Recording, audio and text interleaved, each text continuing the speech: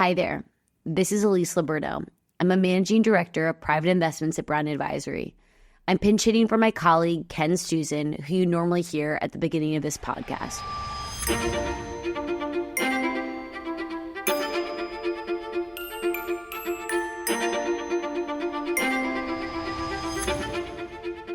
As you've heard from Ken, NOW stands for Navigating Our World, and this podcast is an opportunity to think more deeply about ideas shaping the future.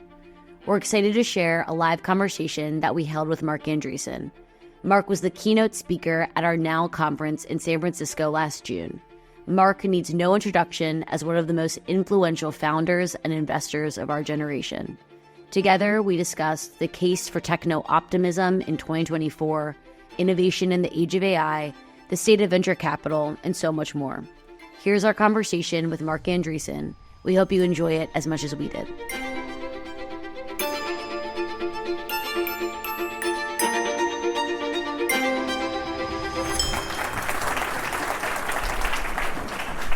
All right, so excited to be closing out with Marc Andreessen, who is arguably one of the most impactful builders of our generation. Marc arguably built an industry through his contributions to Web 1.0 in the 90s. He arguably has shaped an asset class in venture capital through founding A16Z in 2009. And I'd also argue that he is building and shaping the next generation through his thought leadership in topics ranging from defense tech to nuclear to artificial intelligence. And so, Marc, thank you for being here today. Good. Thank you for having me, everybody. I thought we would start with what is a little bit of a Brown Advisory tradition.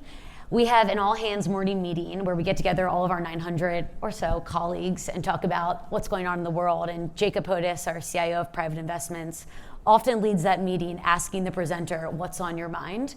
And it's a really wide-ranging question that can be answered with an investment opportunity, a macro theme, a personal development. But we didn't plan this before, but Marc, just what's on your mind? Yeah. Well, the short version is AI, which we'll talk about, which is taking up a huge amount of time, and it's very exciting. You know, the somewhat longer version is just, it feels like the tech industry has entered a new phase, and I think this was already happening before AI emerged, but I think is really happening now with AI, which is, you know, for a very long time, the tech industry was what you might call a picks and shovels business, where we kind of sat, you know, out here mainly in California. You know, we built tools, we built, you know, databases and routers and PCs and things that people put in their desk or in the closet and try to figure out how to use. And, you know, about 15 years ago, the industry started to just really broaden out, and you had the rise of this entirely new set of companies, obviously the internet companies, but also you had, you know, the rise of Uber and Lyft and Airbnb and kind of all these companies doing, you know, all the fintech companies, you know, companies like Square, and so forth, and then all these new technologies, blockchain, Bitcoin, all these things. And so the tech industry got much more involved in what you describe as kind of downstream industries, like the tech industry basically, Silicon Valley creating companies that went directly into industries as primary players. And then also the sort of societal and I would say political relevance of what we do kind of got a lot more intense. And I always kind of refer to us as the industry as the dog that caught the bus, which is we always wanted to build important things and be taken seriously, and it turns out we're building important things and we're being taken seriously. And so we're sort of being forced to mature in real time, and it feels like we're really kind of morphing and changing. And there's challenges, you know, along with that, but there's also a lot of opportunities. So maybe on that word opportunity, you are very prolifically one of the leaders in techno-optimism. Right. Maybe for our crowd, what is techno-optimism? What does it mean to be a techno-optimist? And how in the world could that be controversial? Why is it controversial in and around AI? Yeah, so the prevailing, you know, kind of ethos in the West or in the U.S. for a very long time, and I would, you know, kind of say through the 1800s up through basically the 60s and 70s, you know, so the prevailing ethos around technology was sort of very positive, very enthusiastic, and, you know, people just, you know, if you read kind of literature kind of all the way through those many decades, you know, people very optimistic, upbeat about the consequences of new technology, making human life better, improving health, improving welfare. You know, and you know, these are, you know, it's all the way through all the revolutions from, you know, electricity to automobiles to trains to telephones and television and radio and everything else that followed. You know, the sort of ethic really started to change in the 70s, and the specific form of that change, well, the general form is sort of more of a kind of attitude, I would say, of fear and loathing that started to kick in. There's a famous book in the 70s called Future Shock that kind of articulated this of like, okay, maybe the future is actually scary. And then there was this kind of huge fight in the 70s over nuclear power, and that led, whether there basically should be nuclear power, and that led to the emergence of something called the precautionary principle, which is basically like now the basic operating system of the EU and the basic operating system of California state governments and increasingly the US, which is basically the sort of presumption that technology is inherently bad on balance. What the precautionary principle basically says is that technologist has to forecast all the potential downstream consequences of technology, and if we the technologists cannot prove that it's harmless, we should not be allowed to release it. And so basically, since the 70s, this has become much more of an active thing. By the way, that did completely stall out civilian nuclear power in the West to, I think, disastrous consequences. And I think that sort of infected a lot of the thought process around new technologies, including now AI. And there's a lot of people now calling for basically very, I would say, strong, sort of harsh regulation of AI, kind of in that spirit. And so, what I basically tried to do in my piece, the techno-optimist manifesto, is basically articulate the other side of it. And the other side of it is, no, actually technology on balance over time has been an enormous force for good and for human flourishing and for quality of life and for the welfare of our civilization, and that in fact continues to be the case. And it's worth actually saying that out loud and actually taking a position on that. So maybe pulling on some of those threads, when you think about bold predictions of how AI is going to positively impact society, I think it's really exciting to think that we are currently living, barring any regulatory pushback, we are currently living in the slowest period of AI, right? It should only kind of continue to develop, continue to get faster. And so when you think about bold predictions of positive impacts, maybe over a 1-year period and then a 5-year period, what are some of the most exciting things that you think we're going to have as a result of this new technology? Right. So actually, I think the base case basically is that very little happens, and let me describe why that's the case. So as a consequence of the social and political changes in the last 50, 60 years, actually the pace of technology development in the West actually slowed way down. And the way economists talk about this, and ultimately investors talk about this, is in terms of productivity growth, which is where you see technology show up in economics. And productivity growth was much faster in the decades leading up to the 1970s than the decades that followed. And there's actually something in economics they call the productivity paradox, which is it doesn't seem to make sense that the computer was invented in the 1970s and proliferated broadly. And of all the inventions of the last 100 years, you would think the computer is the one that increases productivity because it's this tool for thought that lets, you all see this in your lives. You're able to do so much more with a computer than you could do without it. And so how is it that we invented the computer and yet productivity slowed down, right? And the long discussion debate to be had about that.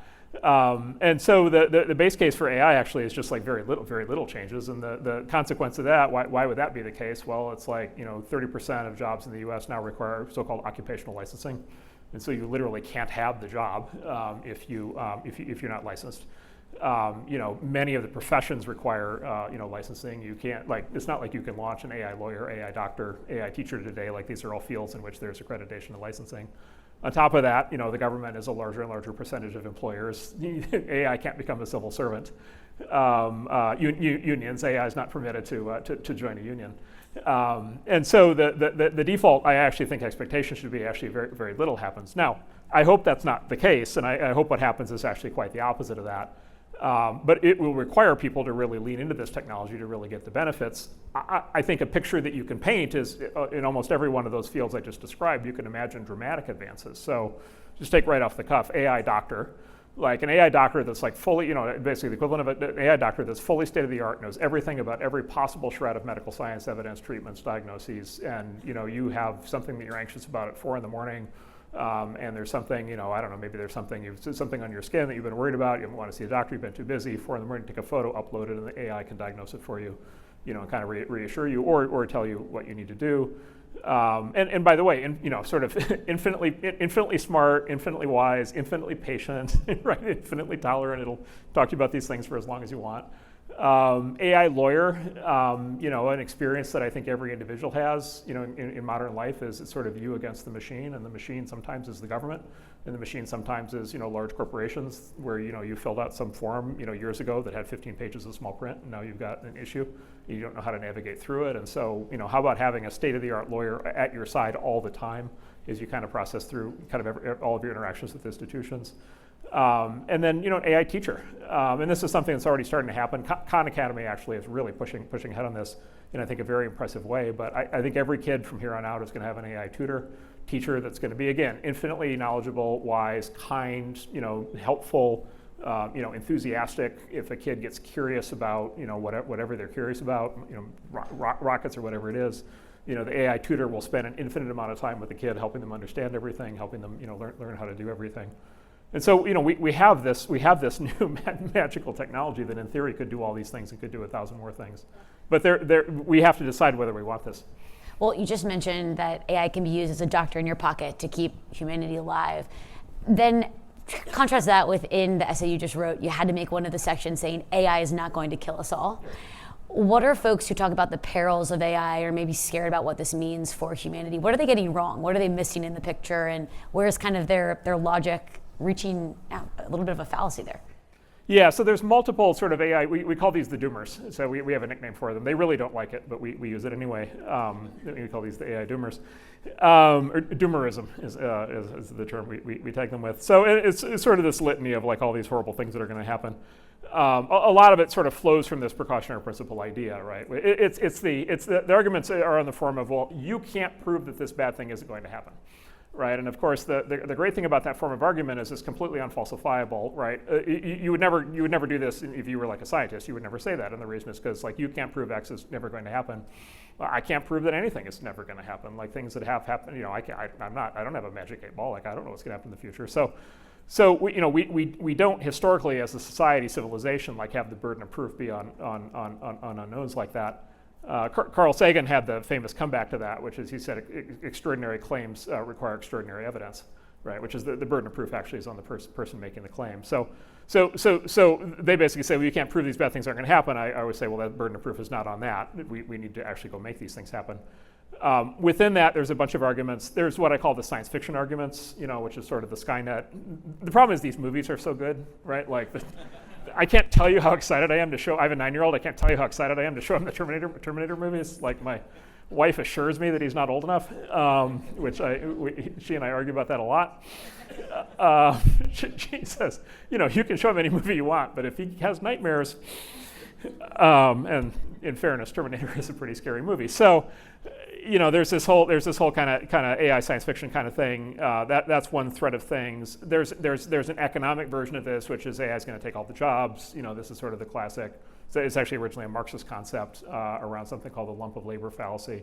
There's a fallacy. It's basically there's only a certain amount of work to be done in the world. It's either going to be done by man or machine, and so therefore machines deprive people of economic opportunities. I think that is it's a fallacy. It's a totally false idea.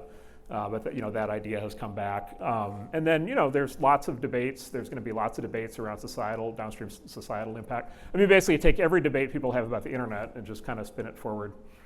So free speech, all the debates around free speech or hate speech, misinformation, censorship, all these debates, they'll apply directly to AI as well. Well, you sit in such an interesting position because you have the technical operational expertise, and you just mentioned the internet, same as in AI, of understanding what's going on from a technological perspective, but then marrying that with the other business that you've started in A16Z and the venture platform you've created. I am curious your thoughts on how does AI change capital needs for companies and perhaps round dynamics for these companies in a day where perhaps it's not easier to start a company from a capital perspective, but arguably it's as efficient as it's ever been to have supporting resources to grow a product. How will that change the landscape of an asset class that you've really helped to form? How do you think about that in your day job at A16Z? Yeah, we get very excited about this because it's just like, well, oh wow, we can have AI write all the software. Like we don't need all those coders. Like this is great. And we start asking the question of like, do you really need the VP of marketing? If you ask the AI, write me a marketing plan, it's a pretty good marketing plan. And at some point, I'm always like, do we need the CEO? Write me a strategic plan, write me a competitive roadmap. It's pretty good. And so, we do play with these ideas a lot, and our companies are early adopters, right? Our companies are, even our non-AI companies are early adopters of AI. And for example, there's very aggressive deployment right now, for example, for customer service. We have a bunch of companies who've gotten really big efficiency gains from that. So we get very excited about this. I will say that so far, so to go back to the previous conversation, there's the fear that AI will reduce the number of jobs. So far AI is growing the number of jobs because all of a sudden all the AI companies are hiring like crazy. And all the big companies are hiring like crazy to try to get AI knowledgeable, people in the door. All the consulting firms are hiring AI people. So AI right now is actually leading to an employment boom.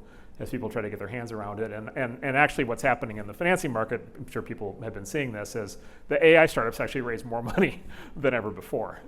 And so you have some of these new, you have some companies setting enormous records here, like Elon's new AI company. I think we were just in the round, but I think it's a $6 billion A round out of the chute, because he's building this giant data center. But even the sort of more normal AI startups, there's actually a company we're working on right now that I think we'll probably pass on, but they're doing a $450 million round 4 weeks before their model finishes training. It's like, slight timing mismatch. And so right now the companies are actually raising more money, and the reason they're raising more money is AI itself is actually quite capital intensive. By the way, AI professionals, the people who know how to actually build these systems themselves, are also very expensive. And so I think right now the shoe's actually on the other foot, which is these companies are raising more money than ever before.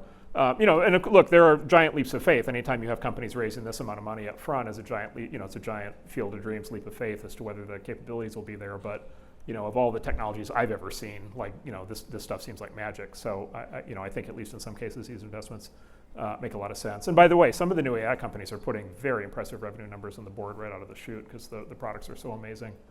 And so right now it's going in the other direction. I would love to see the other thing happen, and I think it will happen. I think we're probably, my guess, this has all happened so fast. The whole AI thing in the Valley really is in the last year and a half. So this is we're still very early in this. And so I think that there will be a generation of AI native founders probably 2 to 3 years from now who will come in. And it'll probably, in the form of the pitch will be we'll only ever have 10 employees total because we'll just use AI to do everything else. But we actually have not seen that yet. Hearing you talk about AI companies in the investable landscape, I can't help but think of the seminal essay you wrote around software eating the world. Yep. And hopefully not too provocative of a question, but how do you think about is AI going to eat software? I mean, do you think vertical SaaS stays an investable opportunity set the way it has been over the last 10 years? How do you guys view that as an investment firm? Yeah, so look, we will take the pretty radical position. So look, our business is to take the radical position. Our purpose in the portfolio is to lean into these things, and so we're not the safe haven, right? We're not the place to put money with a 0% loss rate. So we're gonna take the radical approach, and kind of shoot for the moon. So we're leaning hard into this. The most radical view, which I think probably, I think there's a good chance that this is the case. The most radical view of the impact of AI in the software world is that AI is going to be a platform shift in the world of software that's going to involve almost every category of software being reinvented. And I'll just give you my favorite example because I love to. It's one of my longtime frenemies, Marc Benioff. We have a love-hate relationship. Salesforce.com, CRM system, right? Any business of any size now has a customer relationship management system. It's got all these. It's a classic software application. It has database tables and records of all your customers and all your sales reps, and you track and manage all this data in it, and then you ask it questions, and you ask it questions like which sales reps are going to hit their quota this quarter, which customers are going to renew, questions like that. And it mostly works most of the time. It's a struggle to keep the data up to date and whatever, but it's pretty useful. You could imagine an AI replacement for that system that works completely differently, where there's no database tables, there's nobody ever entering information into a form, all that just goes away. The system just runs on autopilot. And it'd be an AI-based system, and what you do is you just give it access to all of the communications inside your company and with your customers. So you give it access to all the emails, all the voice calls, all the meetings, and then you just let it do its AI thing, and then you just ask it questions. And you just literally ask it, which reps are going to make the quarter. And it chews through all of the conversations, right, and all of the discussions and all of the commentary, and it just gives you the answer, right? And so you could imagine basically and this is just a completely, it's what we call an architecture shift or platform shift. It's just a completely new form of product, such that the giant code base that they've built there over the last 20 years is just no longer relevant. So if that happens, there will be a new company that does that. They, in the full version, they will completely replace Salesforce.com. Now, Salesforce.com is, of course, they're a smart, well-run company. So they're trying to add AI as sort of a. I sometimes use the metaphor of is it frosting or is it sugar?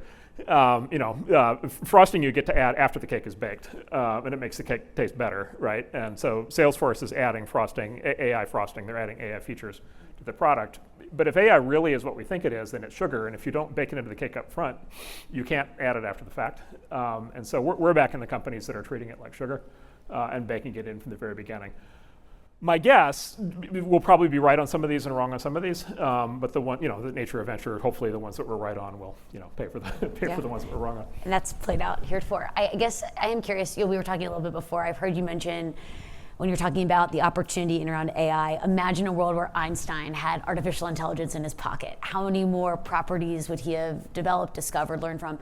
When you think about the number of entrepreneurs that you're meeting with on a daily basis, is there one entrepreneur, maybe one research lab that you think about and just give us a little nugget of, you're so excited that they don't have this technology in their pocket to go out and change the world? And just curious, given the wide aperture of folks you meet with on a daily basis, who are you most excited now has this at their fingertips? Yeah, so I keep two photos in my office. So I keep a photo of Thomas Edison's lab in Menlo Park, New Jersey. And it's actually, the whole lab actually still exists. Henry Ford was a close friend of Thomas Edison, and so they actually have the original Edison lab is actually still on display at the Ford Museum in Detroit. And this is a lab where, he invented everything from, electric lights to the phonograph, all kinds of stuff. And literally, everything in the lab is basically wood. It's basically wood, glass, or steel. There's no PCs. This is 1890. And the coolest thing about the photo is that he had electric lighting in the lab so that his guys could work at night. But of course, he was Thomas Edison. To have electric lighting for his guys to work at night, he had to invent electric lighting, right? And so it's just like, wow, right? And I look at that lab, and then I think of all the stuff that Thomas Edison invented, and I'm just like, God, we suck. That was all he had, and then all that he did, and then you compare that to us, and it's just like, oh my God, we've really gone downhill. We should be so much more inventive with our modern tools. And then I also gave a photo of Einstein's office. There's actually a famous photograph of Einstein's office at Princeton from the day he passed away. Somebody came in his office and took a photo. And it's actually even less sophisticated than Edison's lab. It's just basically paper and chalkboards and a desk and a lamp. And again, no computer, no nothing. Whatever, the 1940s or whatever. And so, those guys at that time did so much with so little that I think you really have to believe that with this level of power and capability that there's a potential, basically payoff, R&D payoff on the other side of this. To your specific question, I think the biomedical applications, really ought to be profound. There's already a transformation happening in the biomedical field, which is a transformation from basically, biomedicine is sort of a, traditional, so-called, kind of wet labs stuff to sort of being a field of computer science, genomics specifically, right? So being able to have mathematical models of how the human physiology works. And so there's tons of activity happening around AI drug discovery right now, AI analytics, AI diagnosis. And so you have to imagine that the science is going to lead you to very interesting places there. And I hope that's the case. And then I hope, as a society that we want that. And I hope there will be the right, political regulatory landscape that will make those things possible. Well, you've been really kind to share a lot about the industry, your vantage point on both the technical and the investment side. I thought for the last 10 minutes before we break for Q&A, maybe just a few questions about you. So Marc, you do a lot of engagement, speaking engagements like this. Marc shared that this is his second of the day, so thank you for spending time late in the afternoon. Just want to ask, what is one question that you don't get asked in forums like this that you wish people asked you more? Oh, can I answer this? Is this a safe space? Yeah, of course. Okay, all right. How does Elon do what Elon does? How does he do it? Yeah. To me, that's actually that's a question I always expect to get, and nobody ever asks, and I think it's because I don't want the answer. I think it's not necessarily the audience that would ask that question, but when I'm with with an audience of entrepreneurs, that's the question I keep thinking they should ask, and they never ask. What would the answer be? Yeah. What's that? What would the answer be? He runs companies completely differently than everybody else, and look, and Elon's a controversial character, and he's involved in a lot of things, and people have a lot of opinions, but the rockets are cool and fly and are amazing, and they land on their butts, right? And he launches the same rocket 40 times, and that's never been done before. And then on top of that, the Starlink satellites, internet access, satellite internet access now is faster than terrestrial, internet access. How the did that happen? I'm trying not to swear. And then on top of that, the cars, right? And then on top of that, now now we're involved in his new AI venture, and so he's literally says he's going to build the largest data center ever built. He's going to take all the manufacturing capabilities, all the sort of large scale logistical experiences that he has from SpaceX and Tesla, and apply it to build these sort of, he calls the alien dreadnought, data centers, these giant data centers. And so and by the way, like it's not one of the weird things. One of the amazing things about Elon is it's like, oh, Elon, I want to come see you. Can I check with your assistant? He's like, no, I don't really have an assistant. It's like, when do you want to come over? And I'm just like, this is not possible. I showed up at the last time I went to see him at the now the X office. I went up there at like 10 o'clock at night. Okay, and he's sitting in the conference room with his phone, and there's a dog. And I walk in and I'm like, oh, cute dog, is this yours? And he looks at me, completely straight faced and says, I've never seen that dog before in my life. And I'm like, all right, he's already fucking with me. And we talked for like half an hour. It's just literally Elon on his cell phone, right? And I talked for half an hour, and he's like, "Oh, I'm sorry, I have to do a design review for the new Starship, the new rocket engine." And I'm like, "Oh, go off, take your time." He's like, "No, I'm going to do it right here." And it's just like an empty conference room, and it's Elon on his phone. And I'm like, well, should I step out? He's like, oh no, you can sit and listen, no problem. And literally, he just like zooms in from his phone, and it's like designing the next rocket. With like no. You were his muse. Yeah, and I'm just like sitting there, like, oh my, this is like the most amazing thing I've ever seen. And then by the way, he finishes with that, and then he's like, okay, come with me. And it's like, this thing, it's like 11:30 at night, and he goes in and he meets with there's 3 kids at X, and they're going to completely redesign the X backend, build an entirely new high-scale data center, and it's Elon with these 3 kids that are like 24, and they're just like completely amazed, and he's up at the whiteboard like designing the new database architecture, and so it really is. I mean, and again, like controversial guy, people have opinions on him, but just like his ability. I don't know, you hear stories about like Howard Hughes, and Henry Ford and some of ththese people, that I mentioned before, and like, we have one. And it's amazing that we have that. I mean, look, the other thing is like, look, Tesla and SpaceX, both companies almost died repeatedly, right? It's not like either of these were easy, and he almost lost both companies during 2008. And he didn't. There was no special magic to the. He had to sort of fundraise his way through every step of the way. He doesn't have. Does he have control? I don't think he has voting control. I might be wrong on that. I don't even think he has that. And so anyway, we have existence proof of like a different and much more aggressive way to do these things. And by the way, Elon's view is like the rest of us are just slacking off, right? He's just like, you guys are just way too like low ambition, low energy. And I'm just like, shit, I'm working as hard as I can. But anyway, so there is magic in the land, and we need to figure out how to get more of it. And I am curious, when you're speaking to a group of founders, what is the practical takeaway on how you can maybe, and not everyone's going to be an Elon, but when you say you hope people ask you that question, what do you hope that founders take away from that story and just that pattern recognition of how he's done it? Well, part of it is it's just inspirational, and so part of it is he just being around him just encourages, and being around his companies. But by the way, it's not just him, right? There's giant armies of incredibly smart people at these companies, and so we look, when we fund lots of companies now that are spin-offs from his companies, and so which he's thrilled about. He's not thrilled about, but we do it. And so, there's an inspirational aspect to it. And then there's his management style, which is, he's just like, look, I'm just going to go fix all the problems myself, right? His basic management method is every one of my companies has a bottleneck this week that's preventing it from making progress. And I and my iPhone and my dog are going to get on my plane, and we're going to go to that place, and we're going to sit down with the engineers, and we're going to fix it today. Like, we're going to fix whatever the problem is today. And then he just does that over and over and over again. Now, this is like completely antithetical to everything people are trained on how to manage companies at scale.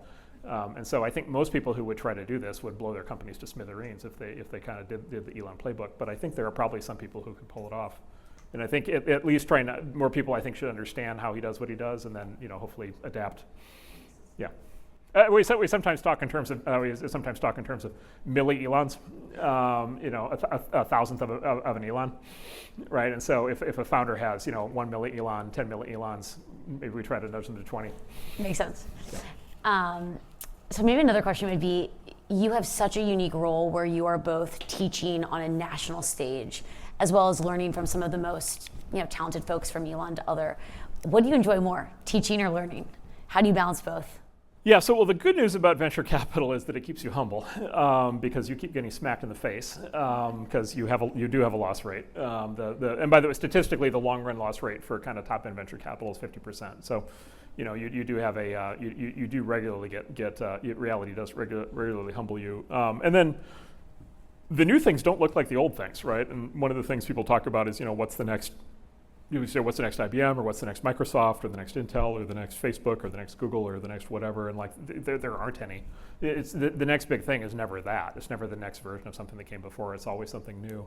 And so you kind of learn the hard way, that if you're not extremely open to these new ideas, you really have to, you're really going to suffer for it.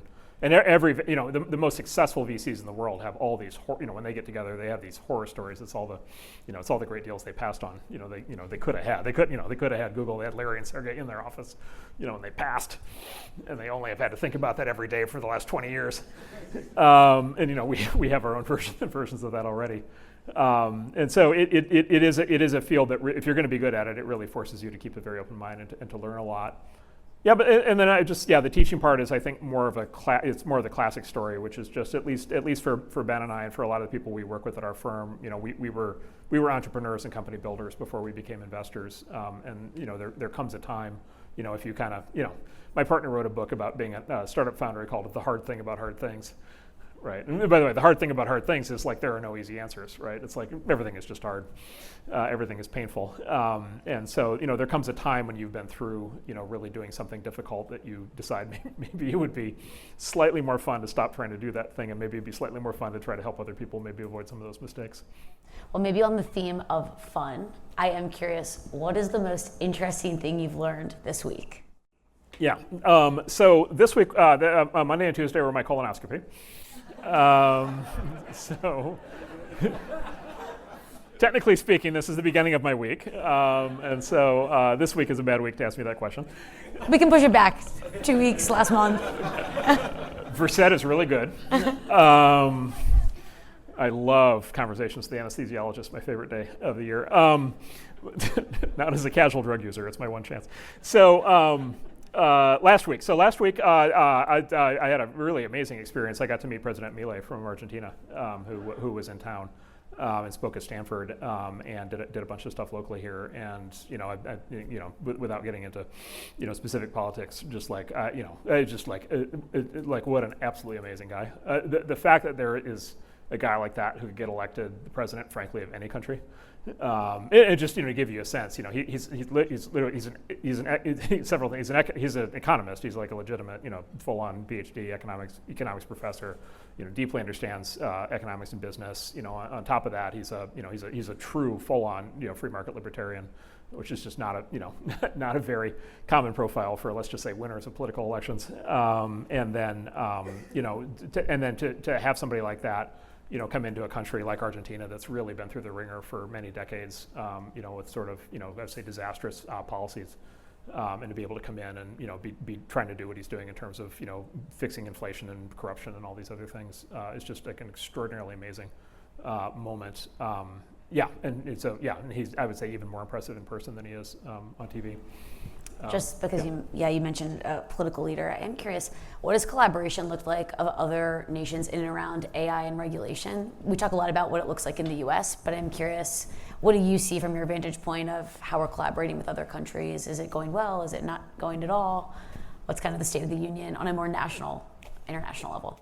Yeah, so it's a little complicated because each country wants to have like a domestic, technology policy, AI policy, but then they do exist in an international setting, and the U.S. is included in this. And so I have very different discussions in D.C. when I just talk about domestic AI politics versus competition specifically with China. And so that's one difference. And then the other difference is there's always this thing where there's this temptation, especially in the West right now, because of this precautionary principle kind of risk aversion thing. There's sort of this one dynamic can be basically a race to basically see who can regulate the most. And the EU kind of staked out. The EU has this great. It's just amazing they say these things in out loud.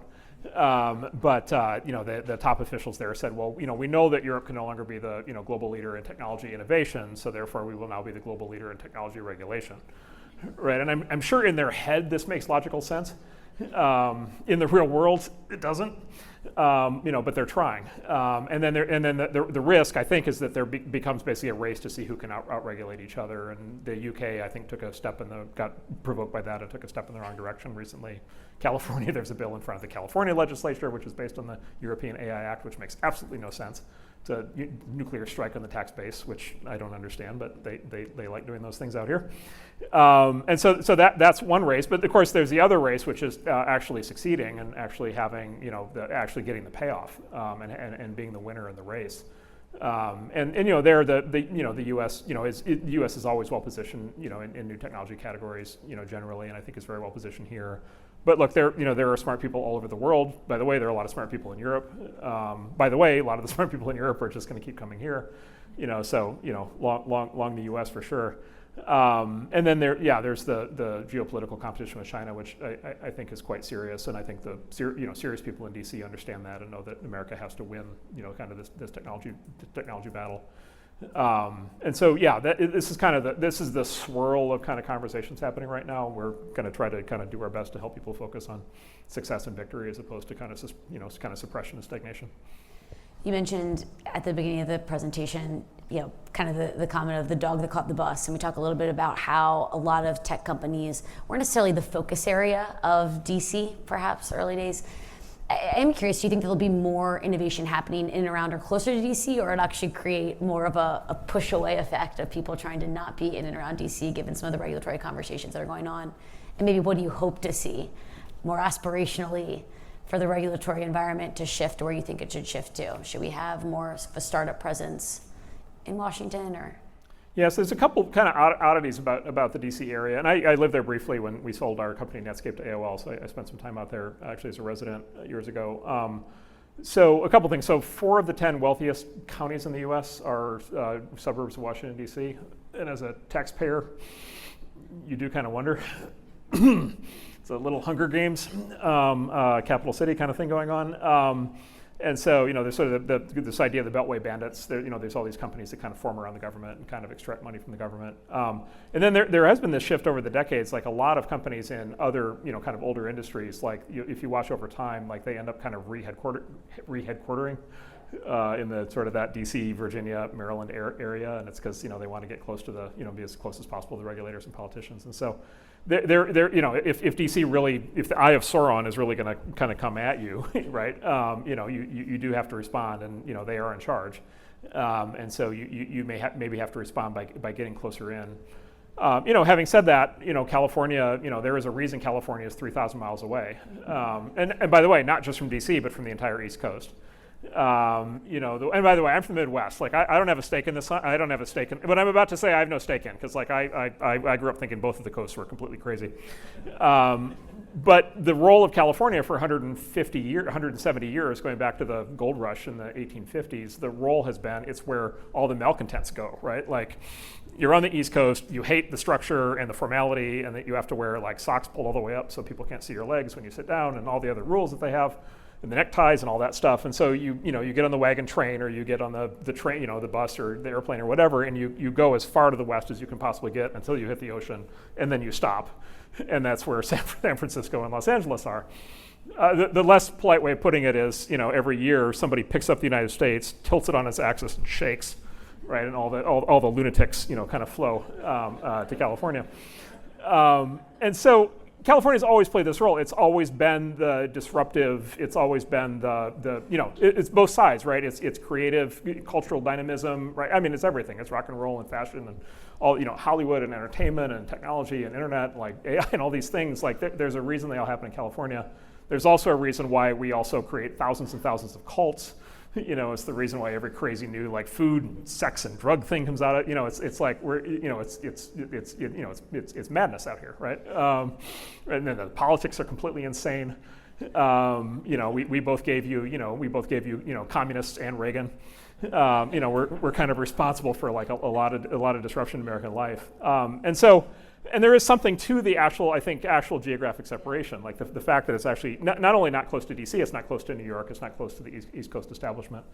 And so I think there's something about the rebelliousness and the sort of, let's say norm breaking that happens that's been, on net very, very productive over time. And at least I would hope that the positive, aspects of that are allowed to continue. Awesome. All right, one final question. I started off with the Brown Advisor tradition of what's on your mind. I'm curious, what do you think isn't on our minds, the entire audience? What are we not thinking about, talking about? You said it's such the first part of innovation that's going to change the world. What should be on our radar that isn't today? Yeah. So look, I'm a very big long-term optimist. Like everybody, I have lots of complaints about current affairs. But I'm a very long-term optimist, and I guess I would say the following. And actually, Milei actually articulates this very well, and talked about this at Stanford last week, which is like, whatever we think the issues are globally with global economic development and all the geopolitical issues, the global economic growth rate has actually been accelerating over time. And there's many reasons for that. It's actually the opposite of what's been happening in the U.S. and in the West. Globally, economic growth is actually accelerating. There's just like an incredible good news story aspect of that, which is more and more people, living under what we describe as kind of modern governance systems, kind of modern democratic systems. People living in free market economies, people having access to the resources they need to be able to take care of their families, be able to live longer and healthier, more productive lives, and then being able to plug in, having internet access, having access to all the tools that they need to be able to kind of join modernity. And so this is the huge positive aspect of sort of the rise of China and many other countries in the last 30 years. It's just the gains to human welfare have been profound, and along with that has been a lot of economic growth. So I think the world is still fundamentally set up really well for enormous gains in human welfare, but also enormous economic growth over the next 100 years. And then look, I think the U.S., we're our own worst enemy. Like basically, I think all of our problems are self-inflicted. And it's not that they're not problems, but they're problems that, at least in theory, are fixable. But notwithstanding even our problems, the U.S. remains by far, I think, the best, exemplar of free market economics, innovation, entrepreneurship. It's still, I think, by far the best place to start companies. Almost everything we do is in the U.S. Almost all of our companies are in the U.S. By the way, a great example of the strength of the American system. There are 4 countries on planet Earth that have a routine annual influx of high-skilled immigration. There's 4, and there's only 4, and it's us, the UK, Australia, and Canada, and that's it. And so the sort of cream of the crop of human capital every year basically leaves everywhere else and goes to those 4 countries, and America is the primary beneficiary of that. We give Canada a little credit. We do kind of consider them the 51st state, so we do kind of maybe try to take a little, and we have nice, integration. But the U.S. is the main beneficiary of that. Everything I'm seeing is that trend continues. A lot of the smartest people in China absolutely want to come here. A lot of the smartest people in many other countries continue to want to come here. And look, I want good things to happen for everybody around the planet, but when bad things happen somewhere else, it just accelerates that process, and more smart people come here. So I think there's just going to be continued inflows of talents. And then we meet with young entrepreneurs every day, we fund entrepreneurs at lots of different ages, but we do meet with a lot of kids, coming out of college or dropping out of college. I think they just keep getting smarter and more capable, and higher potential. And so I think this country definitely has its best days ahead of it. Well, appreciate you sharing your time with us, helping us leave on a high note of the optimism that is a potential benefit of tech. And thank you for the partnership of Brown Advisory being able to invest with your firm over time. So thank you so much, Marc. Good. Thank you, everybody. Thank you for joining us as we seek out insights that help us better understand our rapidly changing world. Be well and stay safe.